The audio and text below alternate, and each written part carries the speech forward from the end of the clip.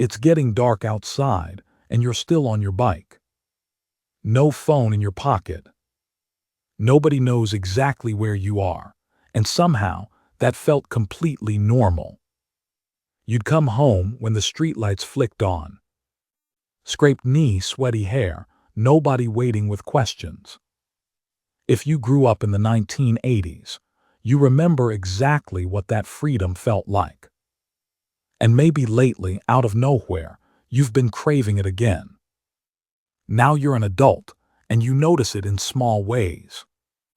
You scroll through old photos and feel something heavier than nostalgia. Almost a kind of grief for a version of the world that doesn't exist anymore. You handle stress differently than the people around you. When something goes wrong, your first instinct is to quietly fix it yourself, not call for backup. You were raised to figure it out. And even now, asking for help can feel like admitting something is wrong with you. You're proud of that toughness. But sometimes underneath it, you're tired. Here's where psychology comes in. There's a concept called the cohort effect, first described by sociologist Karl Mannheim, and it says something simple but powerful. The world you grow up in doesn't just give you memories, it gives you a default setting. The culture, the parenting style, the technology available during your childhood literally shapes how your brain expects the world to work. On top of that, psychologist David Rubin identified what's called the reminiscence bump.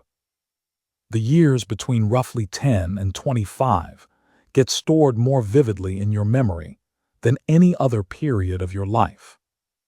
For people born in the 70s and early 80s, those imprinting years happened during a very specific decade. And that decade is still running in the background of your adult mind. Let's break down what that actually built in you. The first thing is what we can call the latchkey effect. In the 1980s, dual-income households became the norm for the first time in American history. And millions of kids came home to an empty house. You let yourself in. You made your own snack. You watched the clock until a parent got home. At the time, it was just life. But what it quietly built was something psychologists call an internal locus of control. The belief that you, not outside circumstances, are responsible for solving your own problems. That's why, as an adult, your first move in a crisis is almost always, "Let me handle this," instead of "Who can I call?" It's not coldness. It's wiring. And here's the surprising part. Research consistently links a strong internal locus of control to lower anxiety and higher resilience over a lifetime. The thing that made your childhood a little lonely also made your adult brain remarkably steady. The second thing is boredom and how good you got at it. There was no streaming, no infinite scroll, no algorithm waiting to entertain you the second you felt restless. If you were bored, that was your problem, and you solved it by making something up. Worts, imaginary worlds. Staring at the ceiling until a whole story unfolded in your head. What feels like just being a kid was actually training your brain's default mode network. The system responsible for daydreaming, imagination, and creative problem solving. Studies on mind-wandering show that people who let their minds drift without constant input often come up with more original ideas and solve problems more flexibly. You weren't wasting time. You were building a brain that could sit with itself, and that's a skill a lot of people never get the chance to develop. The third thing is emotional stoicism, the rub some dirt on it mentality. In the 1980s, feelings weren't really a topic of conversation in most households. You got hurt, you got patched up, and you moved on.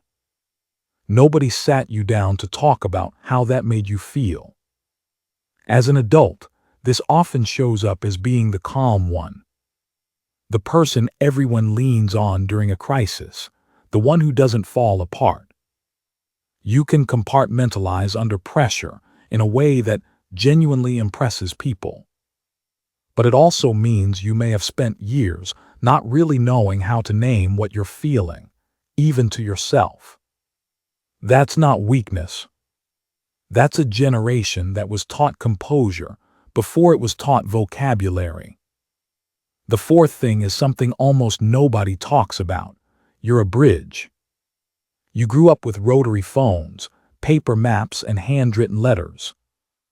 And then you watched computers, the internet and cell phones arrive in real time during your most formative years.